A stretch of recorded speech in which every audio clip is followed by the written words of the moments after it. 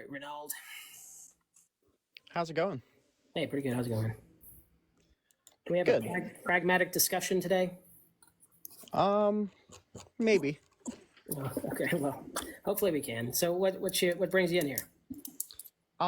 So I know that you look more into the econ side of things, and I respect that. I'm not as well versed in econ.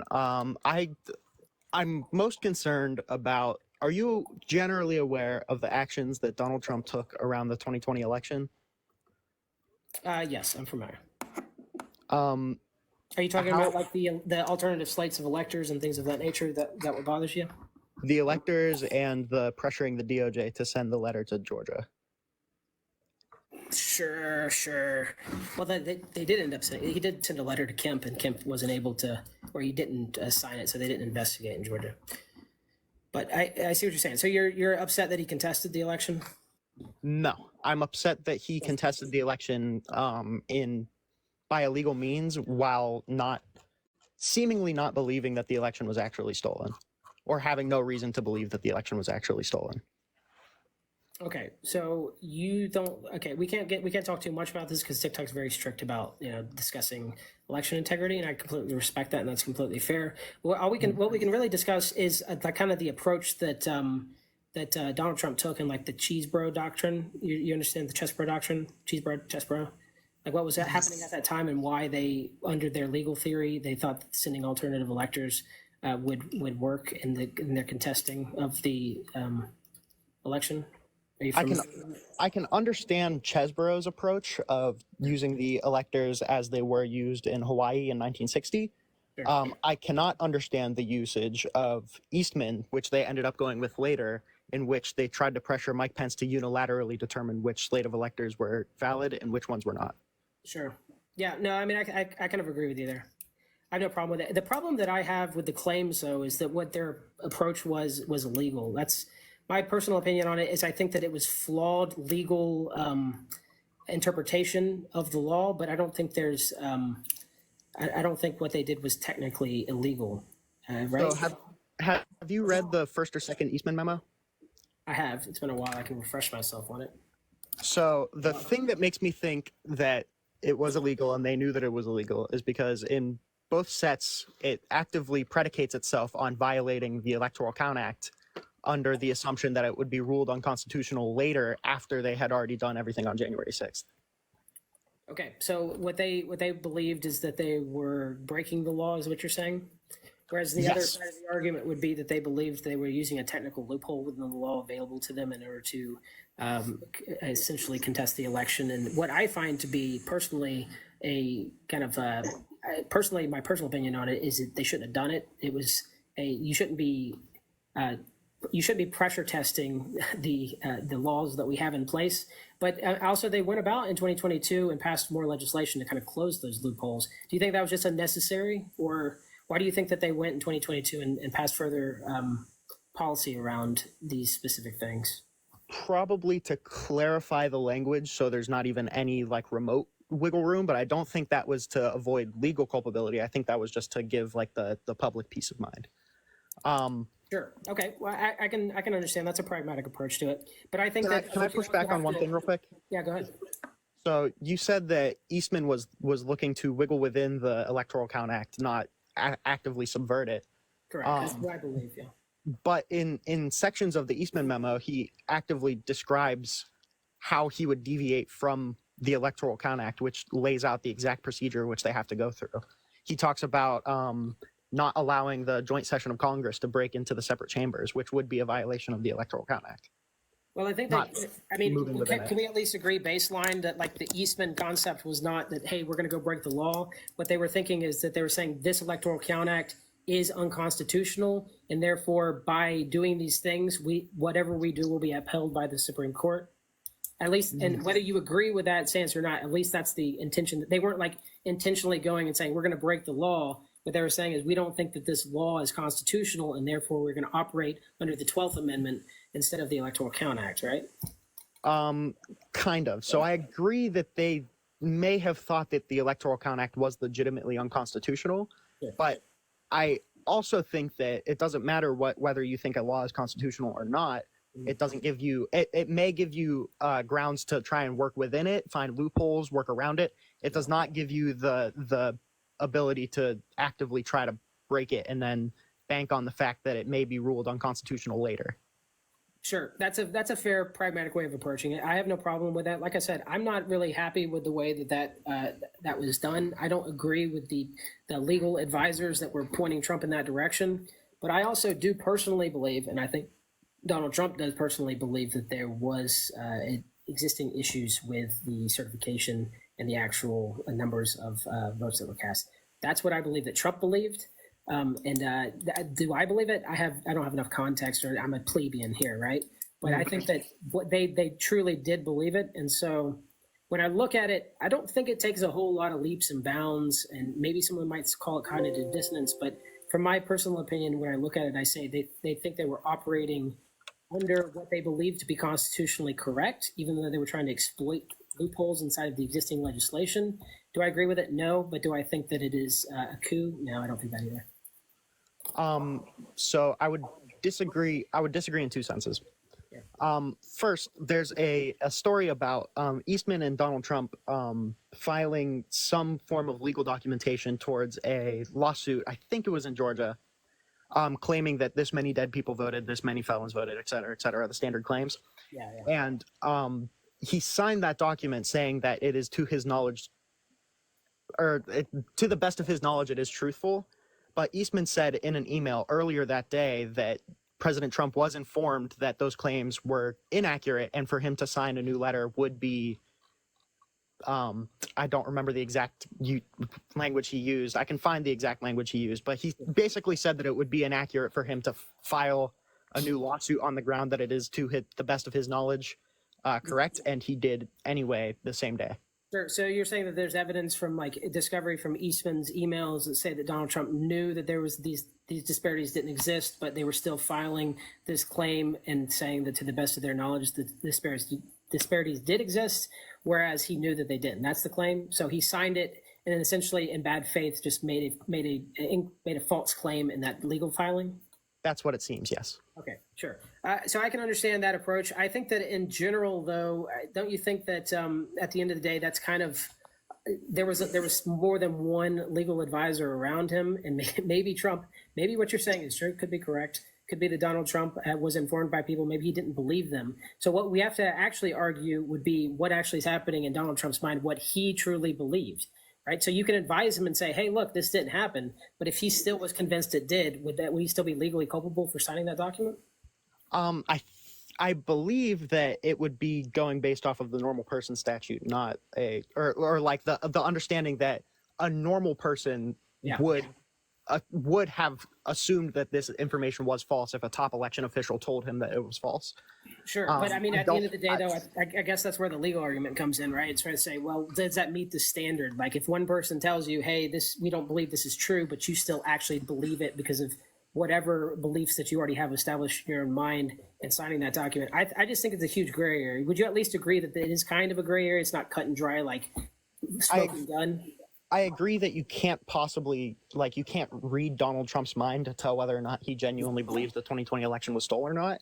But I would also think that he either was lying about the election fraud claims or he deluded himself so far into thinking that he couldn't have possibly lost an election that it's effectively the same thing and he just has brain rot. Okay. Well, I mean, I think at the end of the day, I can already agree with you. I don't like how it was handled. I don't agree with how it was handled. I think that at the end of the day, I'm not a huge fan. But do I believe in my mind that what they were trying to do was explicitly trying to subvert democracy and steal the election? I don't believe so. I think that they were taking every legal avenue possible to them to contest it. And do I agree with it? No. But do I think that legal avenue was available to them and his legal counsel around him was telling them this is the way you should go? Yes. But unfortunately, I like I said, don't agree with everything Trump did. And this is one of those things that I don't agree with. Are you aware of the general plot with Rosen and Clark? No, not familiar. Can you enlighten me? Yeah, so it's obviously going to be an abridged version because I'm not an author or a lawyer. I'll look it up after, but give me what you know. But so basically what happened is Donald Trump went to his attorney general and his deputy attorney general, Jeffrey Rosen and Richard Donahue, with a letter that this low-level DOJ environmental lawyer wrote about how the DOJ had found indiscrepancies in Georgia's election. And he went to Rosen and Donahue, and he said, hey, can you send this letter with the DOJ stamp of approval on it to certain Georgia legislators? Yeah, okay. And Donahue and Rosen said no, because the DOJ has not found any evidence of fraud. He asked them to send this letter like 2 more times, and then he threatened to fire Rosen and replace him with Clark because of Rosen's inaction regarding the 2020 election, and because Clark said that he would be willing to send that letter with the DOJ stamp of approval on it. Okay, so first we got to talk about the letter and the substance of the letter. So the letter said that they found discrepancies. It was from a low-level DOJ official. Is that what you said? Yes. And they wanted to send it to the governor in Georgia in order to open up an investigation? The governor and a couple other people, but yeah. Yeah, well, I'm familiar because I know Trump's rhetoric around Kemp here in Georgia and how Kemp didn't open the investigation. He's not very happy with him. Interestingly enough, though, even though he blasted Kemp just a few months ago, Kemp's running a fundraiser for him this month actually. So it is kind of odd that Kemp was certainly one of these people. He was on the phone call, right, that you've heard about the finding the votes. Well, we also have the same thing where Bill Barr resigned because of the pressure to come out with fraud findings in 2020. He actively resigned because of that, but he's still voting for Trump in 2024. Sure. Yeah, so that's what kind of confuses me on all this, right? Like even Mike Pence says he's not going to rule out voting for Trump, right? After a lot of his rhetoric around, hey, he asked me to subvert the Constitution, or like he wanted me to hold him up the Constitution. He still says, well, I'd probably still vote for him, which is, politics. You know what I'm saying? That's just how it goes.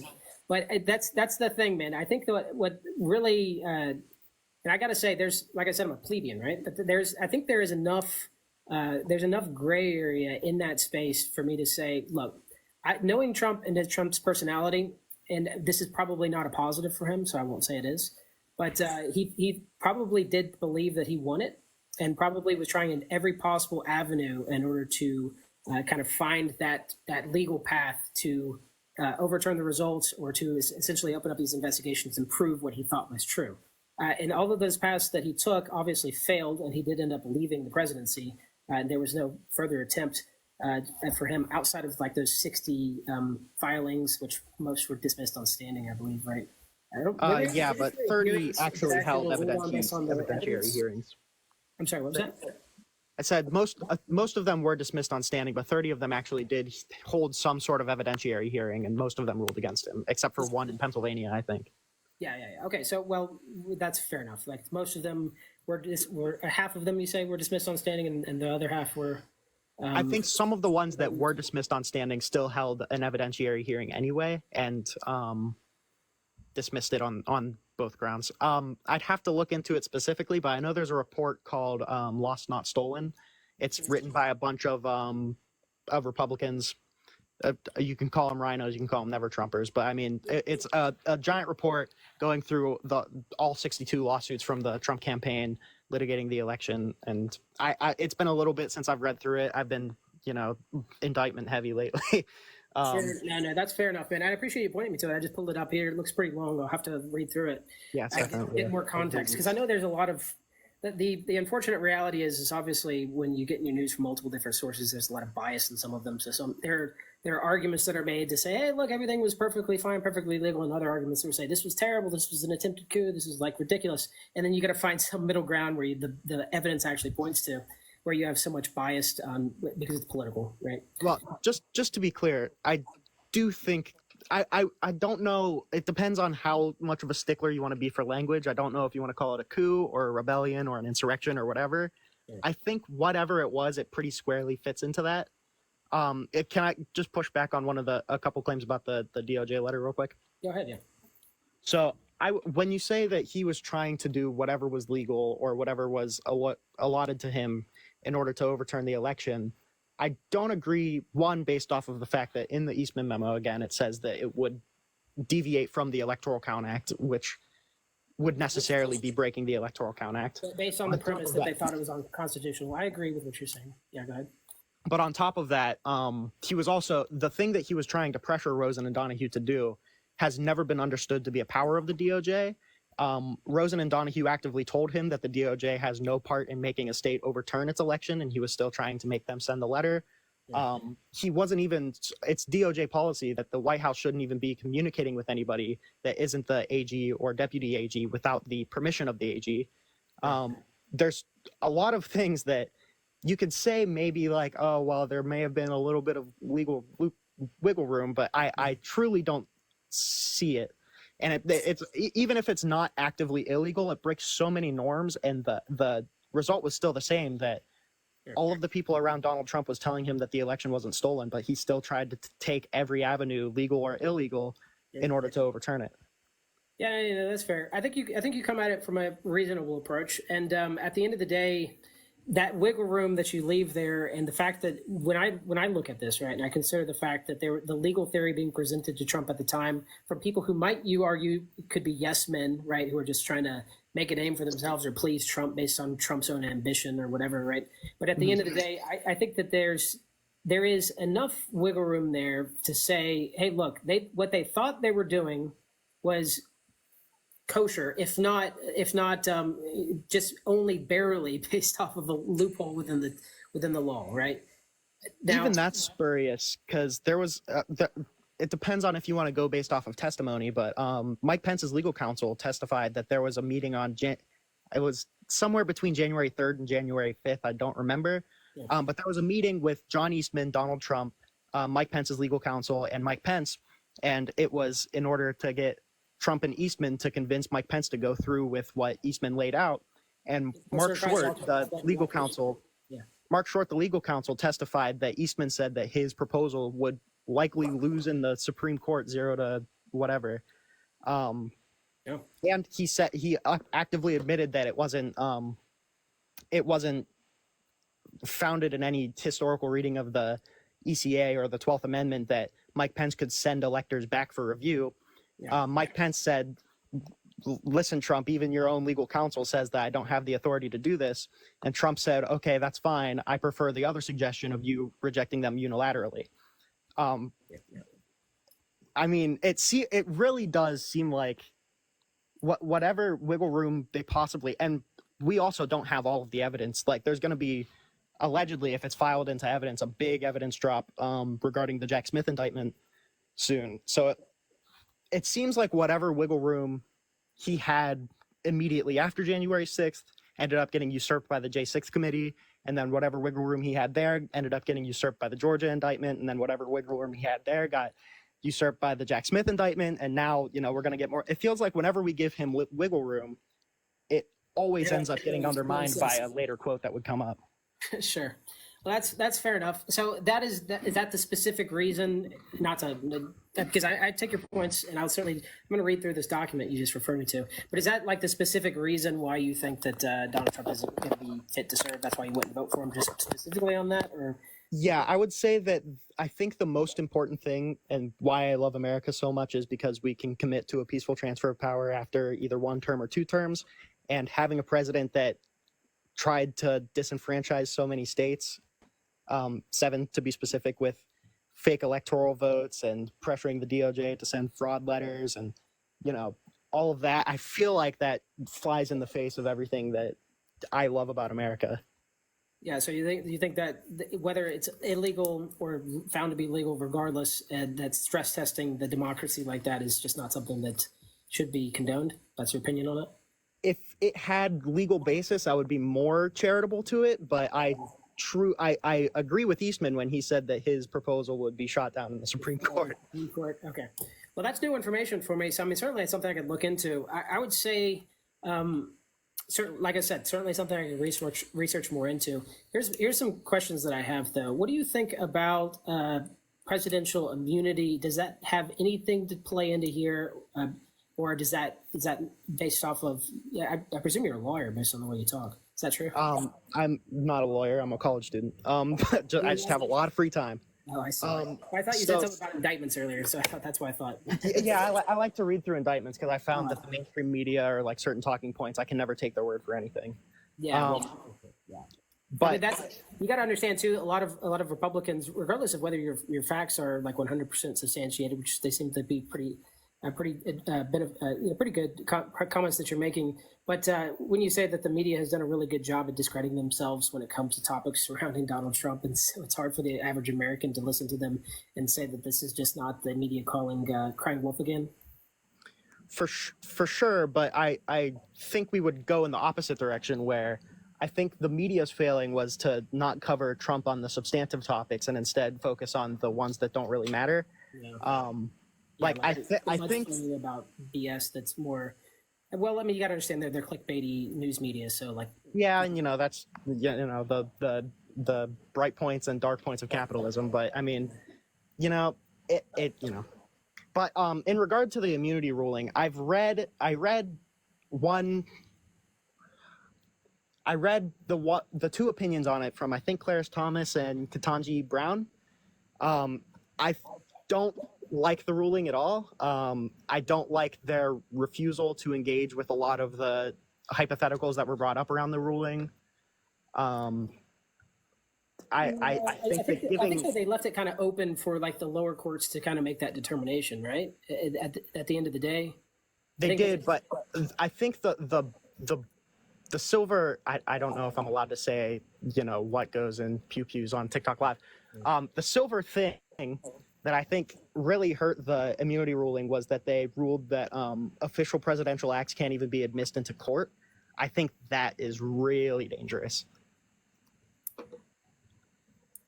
Okay. Let's get this out of the way real quick, because I respect your opinion. I think you know a lot, so I'm happy to talk to you. I'm glad you came up, even though we have a few people in live. That's okay. I'm here for a conversation, right? To learn new things and hopefully spread information that I think is true. So at the end of the day, would you say that there is some partisanship inside the justice system right now that has been kind of used to attack Trump because of his political power, or is it his? Would you at least concede that that's a possibility? If you don't believe it to be true, you say that there's a chance that partisanship may come into play with some of this selective prosecution of some of these things. I mean, he's been indicted on a bunch of stuff, right? I think it's possible in some cases, but I think the really big cases, like the one he's being found guilty of now, I don't think political prosecution played a role just by virtue of the jury found him guilty. The only indictment that I've seen any evidence that was convincing of political partisanship was the one in Georgia with Fani Willis. And I think she's being investigated for that right now, or that's why the Georgia case is on hold. I mean, then she has problems with like Nate. She's completely screwed that whole thing up. What she was trying to do is ridiculous. I haven't looked into. I live in Georgia, so I'm pretty familiar with it. I'm pretty familiar with it. It's kind of egregious what she's done. It's ridiculous. But I think that so to argue the case up in New York, like the misclassifying of the business documents, the one he's been found guilty of, you find enough merit in it because the court he was found guilty by a jury of his peers. Yeah, but in addition, if they didn't indict him with this, or they just let him slide with this, I don't think it would have been that big of a deal either, because it's such a novel crime to get him with. Yeah, at least we can admit, guilty or not, it's selective prosecution, right? I don't know if I'd use the term selective prosecution, because I don't know what goes into prosecuting him, and if we can't read Trump's mind about thinking that the election was stolen, I don't want to read the prosecutor's mind as to why. Sure. Why they decided to bring charges on him, but ultimately, I'm not really too. I don't know. I'm just not. The only case that I've been following really, really closely is the Jack Smith one, because that lays out all of the things that I was talking about with the electors and pressuring the DOJ. So that's the only one that I followed real closely. Light me real quick. There's a couple Jack Smith ones, though, right? Am I correct? Well, the big federal case. Sure. The one about the electors, right? The election tampering case. Yeah. So can you explain this to me? So it's kind of interesting, because some of those electors have been charged in their home states, and some found guilty, some cooperated and like took plea deals and things like that. But then some just aren't being charged at all in their home states. Is that's just due to state law? Is there no federal law that kind of encompasses those people who participated as the electors, or can you, in your opinion? Truthfully, I wouldn't know. It could be that I've heard claims that that they were kind of like duped into signing the certificates of ascertainment. It could be that. It could. I mean, I don't know. I haven't looked into all of the specific cases with all of the specific electors. That's about all I can say. I don't know. No, that's fair. I mean, it is interesting. It is interesting that some are being prosecuted in their states and some are not. Like it's a kind of like a weird phenomenon, right? Where some people they all did the same things generally, right? For sure. But in addition, I make sure to point out that just because I don't know why the electors aren't being charged, that doesn't mean that I don't think that the Trump campaign definitely acted with malice in assembling them and submitting their votes to the joint session. That you could even make the argument that they were all duped, and I think that's probably more reasonable to make than to actually charge the electors. I don't think that the. I mean, I saw something on 60 Minutes where one of the electors went on and talked to whoever about how he was misled into signing the certificate and he didn't know that it would be used in a plot like that, or whatever. They thought they were signing like 1960s Hawaii electors, not like unilaterally Mike Pence electors. They thought it fell under the Election Act. Okay, so let me ask you this then. In that general sense, you think Trump's culpable based off of his participation in this from your current level of understanding? Why is it taking so long for them to indict him and go after him? It could have been because evidence gathering was particularly hard. I know a lot of people within the Trump campaign were like even facing legal consequences for the J6 committee subpoenas, and like the one guy's I think still put away for refusing to comply with the subpoena. So it could just be like who would that be? Was that Steve Bannon? I don't remember. I mean one of the guys I'm not as concerned with because I don't think I don't know his direct involvement. Okay. It wasn't any of the big names like Giuliani or Eastman or anybody like that. Sure. But it could be just like refusal to comply with certain evidentiary gathering. I don't know. Okay, no, that's fair. I mean, it's okay to. I don't know a lot of stuff too, right? So, I mean, your opinion is valuable. But let me ask you this: just not to completely pivot away from it. You did say this is like a certainly a thing that hinges on your vote hinges on this, and you wouldn't vote for Trump because of that. Does that mean that you do agree with Kamala's policies, or is that just kind of a moot point at this point for you? Ultimately, it would be a moot point. But from what I've seen, I mean, I haven't looked into econ. I've heard that price controls are probably pretty bad, and I've heard that she's come out in support of that. Ultimately, I don't really know what she's looking at. The policy platform still hasn't been posted, right? Yeah, she's just kind of like leaked some stuff out and some speeches, and her aides have put out some reports saying, "Hey, this is kind of our approach here." Like, yeah, so I probably won't do a big policy deep dive until I see exactly what she's going for. Yeah, I didn't see really anything too like if Donald Trump was the best president to ever live, maybe I would be willing to look past all of the election tampering stuff. But I mean, I didn't see any. I've looked through his policies kind of vaguely, and I didn't see anything super impressive. Okay. Sure. So it's not as much of a policy thing for you because we don't even know her policy. So I mean, if let's just, for example, just a hypothetical here, right? Her policies come out, and you say, "Wow, I don't like any of these policies at all." Still a no-go for you? Would you just stay home from the polls, or would you still vote for her because of your condemnation of Trump based off of your beliefs that he is attempting to subvert democracy, or like what would be? I figure I would still probably vote for her because a vote for her is a vote against Trump. It would have to depend. I guess it would have to depend on just how bad I think her policies are, because she does seem a little further left than I am. So I mean, I'll be a little, tiptoeing around it. But whenever it comes out, I'll do my due diligence. I'll look into it. And sure. No, that's fair. I mean, that's if it's not literally like Mao Zedong communist policies, that'll probably be all right. Sure, I understand. She doesn't. Okay, she doesn't want to put us all in work camps. That's fair. That's fair enough. Okay, yeah. So at the end of the day, though, let's just put this hypothetical forward, right? Let's just say all of this goes through the court system. Everything is just found to be kosher. Like he's not indicted, at least. I mean, at that approach, would you at least circle back around and say, okay, well, obviously all of this is going to resolve way past the election, right? But at least in that sense, would you look back on Trump's presidency and say it was still an abject failure, or would you say, hey, there were some successful things in his presidency? It's just he pushed the limits sometimes too far on the law. I think even if he doesn't get indicted with the evidence that we have, unless there's like some bombshell that like Trump didn't have any association with Giuliani and Eastman. I mean, like we have all the fraudulent certificates, we have all of the statements from Trump. Like there's so much evidence backing it up, and I feel so strongly that his plot was not in the spirit of our democracy that it would take a huge finding. Yeah. Sure. Okay. So it's something that's just like giant that just drops and exonerates him entirely, and you say, "Wow, this was just all a plot against him." If it exonerates him completely, then I'll probably look back on Trump's presidency fairly differently. Yeah. Sure. Okay. Well, I mean, just in that hypothetical though, like you didn't like have strong disagreement or negative feelings towards how he governed while he was president, or were there things that were happening then as well that you would say, "Hey, look, that's still not good." Like you could point towards things like, obviously he had a little bit of a influence over the DOJ, at least there at the beginning, right? When he was impeached the first time, and they tried to say that there was Russian collusion, but he was kind of influencing his Department of Justice to do certain things, and they said there was some corruption there. Do you believe that? The first impeachment, I thought the first impeachment was the pressuring Ukraine, not the Russian collusion. I might be off of my timeline, but I was fairly. There was the Mueller investigation, which was.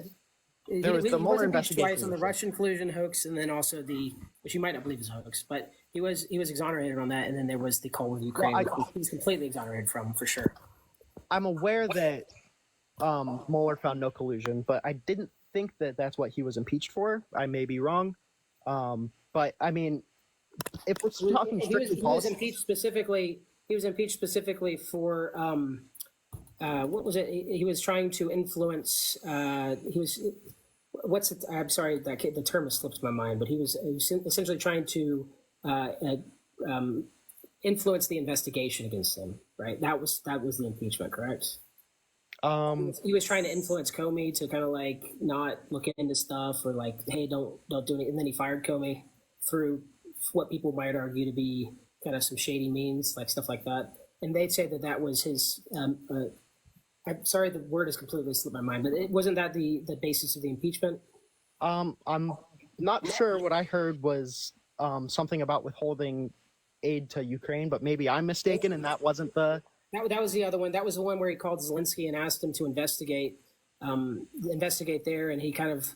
There was some idea that he was not going to send them aid if they didn't do what he said that they should do, and therefore he was using political influence over. That's the one I'm a little bit more familiar with. I wasn't under the impression that he got indicted or impeached for the Russian collusion thing, but yeah, somebody in the chat might be able to help us out on timelines here, because I could do some Googling too, but I was familiar that was. I thought the second one was January 6th. Like they got him right after he left office, and then the first one was the Ukraine. You could be right on timeline. I'll have to double check and look it up. Obviously, there's been a whirlwind of stuff going on. So, yeah, losing context of timeline is not the most wild thing to happen. But I mean, obviously, with the Ukraine withholding funding, I mean, he was more or less exonerated entirely because that entire call was transcribed, right? So they said, "Hey, look, everything's fine here." It was kind of more embarrassing to the Democrats for trying to impeach him on that, right? Because he kind of came with the evidence and said, "Hey, look, this is the entire transcript of the call," and they said, "Oh, well, nothing to see here."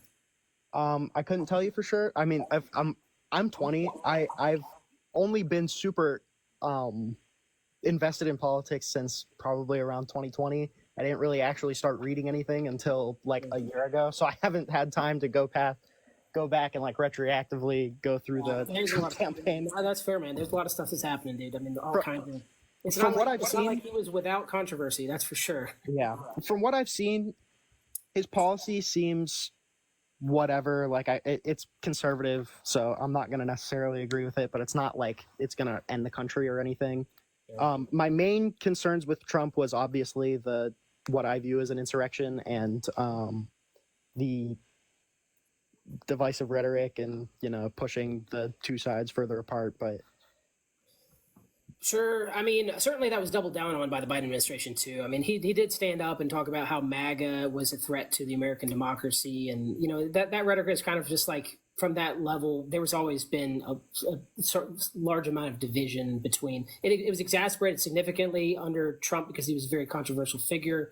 But would you at least agree that Biden doubled down on it? I mean, even there at the very end of his speech at the DNC, I mean, it was just more like laying it heavy on how much he hated Trump and how much he thought Trump was gonna, like, become a dictator and destroy America, right? Destroy democracy. I think the difference is that Trump's rhetoric was usually fueled, maybe not usually, but more or less, or he had a couple huge quotes that were purely fueled by hate, whereas the Democrats calling Trump anti-democracy, I don't think is a big stretch. I agree that he is probably anti-democracy. I don't think it's the craziest thing to call him, a wannabe dictator because of all of the dictator on day one comments. And I think when it comes down to it, there wasn't much behind Trump's hurling insults about, you would be in jail, or maybe the Second Amendment people could do something about Hillary Clinton, or making fun of Paul Pelosi after he was attacked. Whereas Biden saying rhetoric sometimes is egregious. I agree with you there. I mean, I focus on policy personally because I think all politicians kind of suck. But let me ask you this real quick, and unless you have to go, which is perfectly okay. But I do have questions for you, kind of around some of the other concepts, right, and ideas. Like, what do you think about the DNC and what at least we on the people that are middle or right kind of perceive it to be ballot control when they're aggressively using the legal system to keep people off the ballot, right? What do you think about that? Does that not look to you as a subversion of democracy? Do you think they have legal standing there? Like, do you justify that in any way, or do you not like that either? It would depend on, because the way that they were trying to get him removed from ballots was on the grounds that he engaged in insurrection. Well, sure. Well, Donald Trump specifically, you can say they tried to remove him, and they did remove him in California, or not California, sorry, Colorado, and then that was overturned by the Supreme Court, right? But no, specifically, what I would say is like the filings for somebody like RFK, where they say, hey, look, we want to keep him off the ballots as everywhere as possible, which doesn't really make sense to me since he drew more votes from Trump. But like that kind of stuff really kind of bothers me, I haven't looked into what specifically was done. From what I was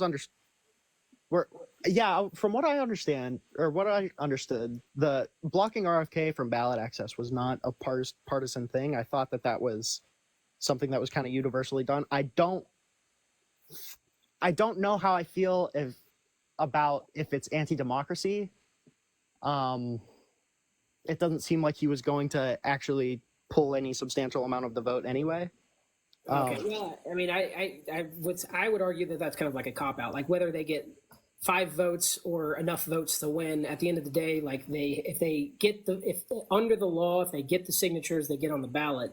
And what RFK argues is he was roadblocked at every single possible step, even though he was getting the signatures and he should be accessing that ballot, but they were trying to block him through the court and try to keep them off of it. So on what grounds were they blocking them through the court? I'm sorry, what was that?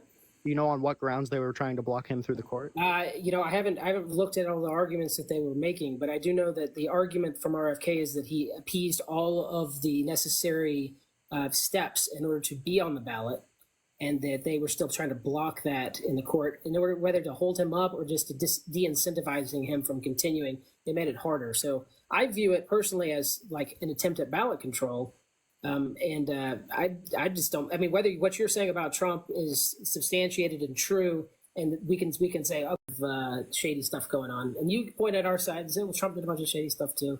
But you can at least see the argument where you say, hey, it looks like the DNC is doing some real shady stuff over there, keeping Bernie Sanders off the primary, doing with Hillary Clinton, and then the process that happened here just seems kind of little shady, I could see it if it stopped and started at, well, this thing in the DNC seems a little shady and we should have clarification on the bylaws and maybe have this process explained to us a little more thoroughly. If it stopped and started there, I'd be completely A-okay.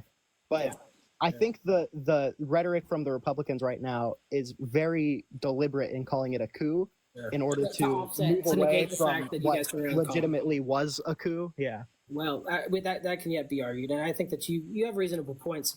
Let me ask you one last question. I promise you this is the last one, but I got plenty of time.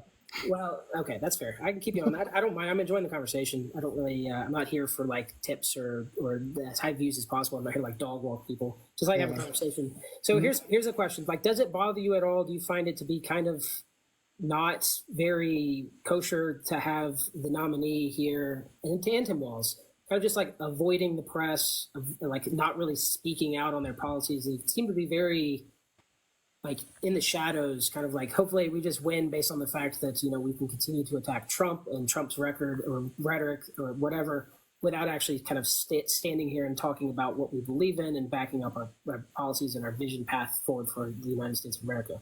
I definitely don't prefer it, and I'm really pissed that they haven't put out a policy platform yet.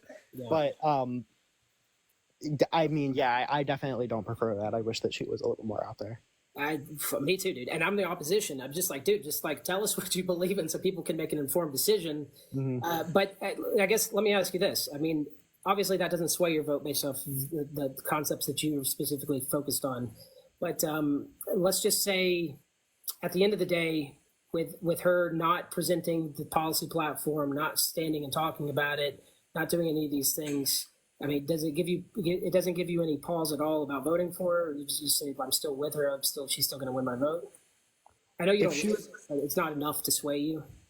If she was running against Mitt Romney, then it would definitely make me pause. But I feel like you could probably run a ham sandwich against Donald Trump, and I'd probably vote for it. Less baggage in the opposition, and you might think about it twice. Let me ask you this. I mean, outside of that, what's your opinion on maybe why they're not doing it? Why is she not speaking to the reporters or sitting down for more interviews or kind of like being more policy focused? Like, why do you think that's just a good strategy from her perspective? Or handlers are saying, hey, look, we don't even need to talk about policy. We'll just attack, and we can win the votes that way? If I'm being honest, I mean, probably. I mean, it's working. All of the polling is kind of shifting towards her favor. And Donald Trump, whenever he goes out and does a press event, seems to, put more egg on his face. I mean, I imagine that it's probably a good strategy. I don't think that I don't prefer it. I wish that we would know as much about our candidates as possible. But I mean, in terms of winning an election, I can see why she's going for it. So you don't think I mean, obviously you said it bothers you, but you're very well informed and you've made opinions based off of other things. But you don't think there's a lot of like middle of the road voters who are kind of looking at this and saying, hey, like she's like, she seems to avoid press at all costs. She's told us very little, like maybe I'll just give Donald Trump a chance because the economy was better under him. And she hasn't even put a path forward together that makes any sense. And so, like, you wouldn't argue that maybe the middle, which is probably what people may be fighting over right now, because there's mm-hmm. both sides, right? There's conservatives that would never vote for, or MAGA movement that would never vote for Hillary, not for Hillary, but for Kamala. And then there's people who support Kamala who hate Donald Trump and say we would never vote for him. But that middle ground is the people who need to be swayed. You don't think that it's going to be detrimental to her in those independent voters' minds to say, hey, look, like, she doesn't give us anything to even think about or look at? It's subject to change, but right now I don't think so. No, I mean, or at least I haven't seen anything to tell me that seems to be a big concern. Yeah, well, I mean, I guess it's possible in today's day and age, especially with social media and just the way the world works, to run a campaign on hype and to say policy will come later, work it all out. I do think, I mean, my personal belief is that the Democrats are going to win the House and the Senate, and the Republicans are going to flip the Senate, and so not a whole bunch is going to get done, at least in the next 2 years after the election. That's my personal belief on it, but I believe that. But then to further push at that, if we agree that we're probably going to have a divided Congress and probably not much is going to get done, yeah, I would probably prefer to vote for the person that doesn't have as much of vested interest in expanding executive power. Because I mean, even outside of the 2020 stuff, I mean, the Schedule F idea from Donald Trump is wild to me. I don't approve of that at all. We've already seen that he's trying to put as much pressure on his agencies as possible, trying to stress test our institutions as much as possible. It seems like he wants a way bigger executive branch than Kamala Harris does. So I can see that argument. I can see that being fair. I mean, he certainly likes to get his way. There's no doubt about that, regardless of like the constraints that should and do contain the executive branch, right? So certainly there have been times where he's kind of overstepped those bounds and have to be pulled back. There's no argument there. That's a complete fair statement. I think you come at this pragmatically. I think my personal opinion on it, which is subject to change as always, as new information comes in. So my personal opinion on it is I did like Trump's policies when he was president. I do think that there are lots of things about Trump that I don't like, but it's a binary. There's two options that I get. I don't fear that Donald Trump is going to come in and become a dictator. I think we have checks and balances in our government, and I don't think that's even possible.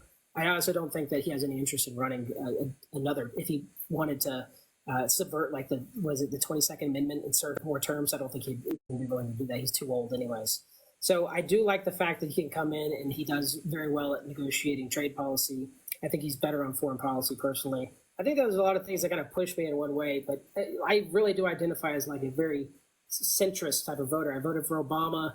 I didn't vote for Donald Trump in 2016, and I didn't vote 2020 because I lived in a very, very red state, and I just couldn't find time to get out there and vote. There was too much going on at that time during COVID. But this time, when I look at it and I think about it pragmatically, obviously there's good arguments to be made about what happened on Gen 6. But I think in my own mind, I still have to overcome a lot of that gray area that exists for me to overcome the fact that his policies, in my mind, especially economically, are better than Kamala's. So can you at least see where my perspective is and where I come from? Yes, I can, but I believe that if you were to just read like the federal indictment, I think it would demonstrate a lot more malice than you attribute to him. Can I ask two more questions before I go? No, go ahead, dude. Yeah, no problem. So, trying to think of which question first. Yeah, no problem. I got. I'm not in any rush to get anywhere, but it's okay. I probably will log off here in a little while. So, and also, if I'm getting touchy with the TOS, you can stop me at any time. So on January 6th, after the rioters were already in the Capitol, Donald Trump tweeted out that Mike Pence didn't have the courage to do what he needed to do in order to save our country and save our Constitution. Before he had any calls for the rioters to go home or to be peaceful, does that give you any pause? So when I look at it, this is the rhetoric around that protest, and so I understand that they were trying to certainly go to the Capitol. There was no intentions, from my understanding. I knew people that actually went. I was not as very political at the time. Like I said, I wasn't even like vested into the election. I didn't vote, but I knew people that went because they were just very adamant that like this election is not good, and they went, but they didn't go in. Like there was lots and lots of people there, right? Many people there that did not go in. We agree there, right? So yes. there was a subset of people that did go in and break the law. I think that they should be charged with crimes, and especially if they hurt somebody or did property damage, go to prison, right? Do not pass go. But at the end of the day, when I look at the rhetoric that Trump was spreading, he did in many cases say like, go peacefully protest, right? Like he did say peacefully many times. It was 2 or 3 hours that it took him when Capitol had been breached before he said go home peacefully. In his speech on the ellipse, it wasn't many. He had one comment in his speech on the ellipse on January 6th, in which he said, "I know that we will peacefully and patriotically march onto the Capitol." And then he spent the rest of the speech talking about how the certification of the election can't be gone through with, and how we have to fight like hell or else our country will no longer be a country, and that we have to stop the steal, and that the left is a swarm of locusts that needs to be, et cetera, et cetera. We had Rudy Giuliani, who went on before Trump, who said we need to have trial by combat. And then when all of the people had already broken into the Capitol, he tweeted out, the first thing he tweeted out was not for them to go home, was not for them to be peaceful. It was that Mike Pence didn't have the courage to not certify the election. And then, well, hang tight though. I mean, like that. I understand that you're saying he said that, but I mean, at that time, were they not still? I mean, they had brought a senator and a representative from each state that was being contested, and they were arguing the merits. Or they were arguing it being contested at that time, right? So it hadn't even been certified yet, correct? Yes, but Mike Pence had already said previously that he was not going to go through with Donald Trump. So what you're saying is he was stoking that fire? Yes, I believe so. Okay. I can understand what you're saying. A lot of the rhetoric that I saw from around him was, peacefully protest. Like, I didn't know he said go to the Capitol and fight like hell, right? But I think that can be easily misconstrued as just saying, like, go and let your voices be heard rather than go in and actually infiltrate the Capitol. It also does kind of give me, like, when I really think about it, when I think about what happened, can you tell me, like, why, if there was truly an attempt at an insurrection, like, these people showed up with no pew-pews. I mean, there was combative people who were, like, obviously being overly aggressive, and the riot got way out of control. But, I mean, there was certainly, wouldn't you think that the party who staunchly defends the Second Amendment to uphold our rights against tyrannical government, to think that we have a tyrannical government taking over. Wouldn't you think that if they were truly like attempting to go in and cause coup, that they would bring in PPs? So I don't think that the people at the Capitol were actually there in order to engage in an insurrection. Okay. I think they were there to stop the certification, and I think Donald Trump was trying to stoke the fires of an insurrection. One of the biggest things that pointed that out to me is that the only time that Trump called for the rioters to be peaceful was almost immediately after Mike Pence was evacuated from the Capitol. I think that he purposefully told them to march onto the Capitol with a lot of violent rhetoric. There was quotes prior to January 6th where he said that, oh, those guys are going to be mad and that, they're more mad about the stolen election than certain representatives are. I think he strategically told them to march onto the Capitol in order to pressure Mike Pence to go through with the elector plan that John Eastman laid out. And once Mike Pence was evacuated from the Capitol, he went, okay, now you guys should stay peaceful and, go home. We love you. So your argument would be like he was doing that because he's like, oh, this has failed. Like I need to call him off. But I mean, do you think? Do you honestly think, in Trump's mind, just personally, do you honestly think that he thought that if these people go and invade the Capitol, that they will change Pence's mind, or do you think that the intention would be we just need to delay this? And what benefit would they get from delaying it if Trump had already made up his mind? Like, it only seems like downside there. It doesn't seem like you're actually going to get your way, right? Like, I think they were trying to strong arm for Pence. Trump from that happening, though. That's my misunderstanding. Like, what would be the positive thing? Just delaying?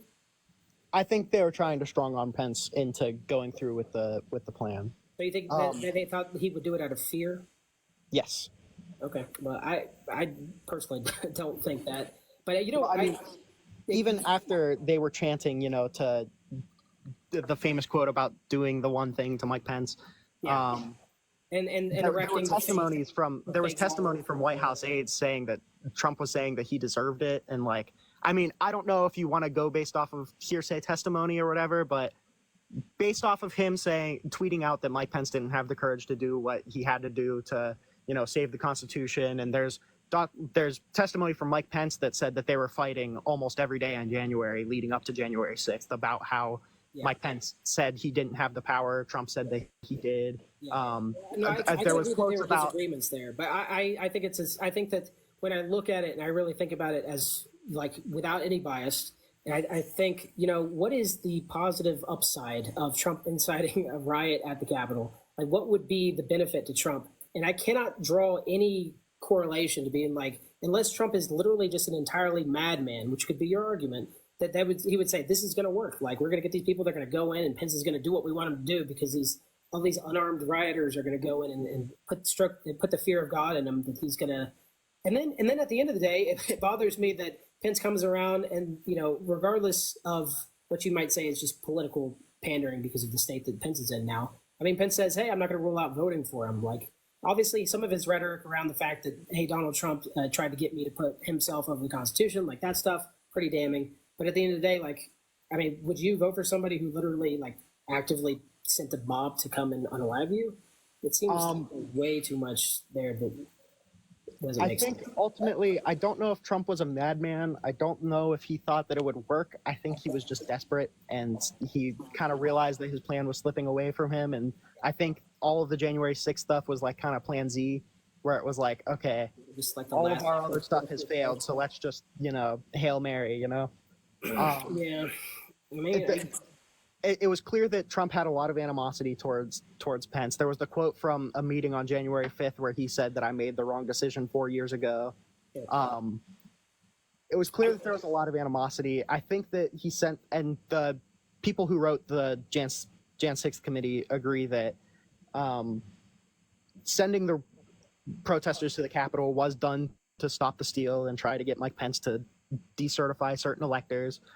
He made a bunch of references to that during the ellipse speech. He was saying that we need to pressure Congress to only certify the legally slated electors. He was tweeting that he tweeted on the morning of January 6th that explicitly the vice president has the power to reject fraudulently slated electors. You said Donald Trump tweeted that, or you? Yeah. Yeah. Okay. Yeah, and so what his approach was trying to convince himself and everybody else that the electors that were sent were the fraudulent ones, and that the alternative electors that they were sending reflected the correct will of the people of that state. Yes. Yeah, I mean, I completely understand the arguments on both sides. I'm interested to see in how it plays out in the court. Obviously, that's going to be a big tell, right? The unfortunate reality is all this stuff just takes so long to play out, and it's just like, you know, there's certainly a lot of bias already that exists within these conversations on both sides, right? We can at least agree there. Like, there's certainly a significant amount of bias. People who might have what you would describe as cognitive dissonance that would say, I'm going to ignore this evidence because it doesn't meet my narrative. But then you can also have things like the introduction of, like you say, hearsay, and people say this, people say that. Because there are some people, like Capitol Police said, you know, obviously Donald Trump was willing and ready to give them an arm and send the National Guard there, and the offer was declined. And like, why would he do that if he intended on using Plan Z and trying to infiltrate the Capitol by further protecting the Capitol with National Guard? Like, there's so much going on there, you know? Sure, but to be fair, he never like filled out the form that you needed to fill out in order to deploy the National Guard. He offered it to Nancy Pelosi and I think the governor of DC, and they declined it because they didn't think that there would be, you know, 10,000 people marching onto the Capitol. Well, I mean, just by nature of him offering that does kind of introduce some doubt to this whole concept that he was saying, like, worst case scenario, we're just going to take over. Because, like, unless you think he was just like playing 3D chess and like went to them saying like, hey, should we arm the Capitol with the National Guard, and knowing that they would turn it down, so we had like a way to wiggle out of it. I mean, that's the 3D chess that I don't think Donald Trump plays, but maybe. I agree. I don't think he's playing 3D chess. I don't think he's playing 2D chess. But you gotta give him credit for being smart there, though, right? At least if you're saying I think a lot of it was flying by the seat of his pants. It doesn't seem like almost anything on January 6th, other than the fact that they would be a little rowdy, was predetermined. It's possible that he offered the guard, assuming that there would be just a protest outside of the Capitol, but that would still be able to like show the public support, like, hey, Mike, you got this, you know? That would still be a way of pressuring his vice president to unilaterally do whatever. And then whenever he got denied, whether or not, it comes down to whether or not he even tried to incite violence at the Capitol. He still tried to use a big crowd to pressure his vice president into doing something illegal.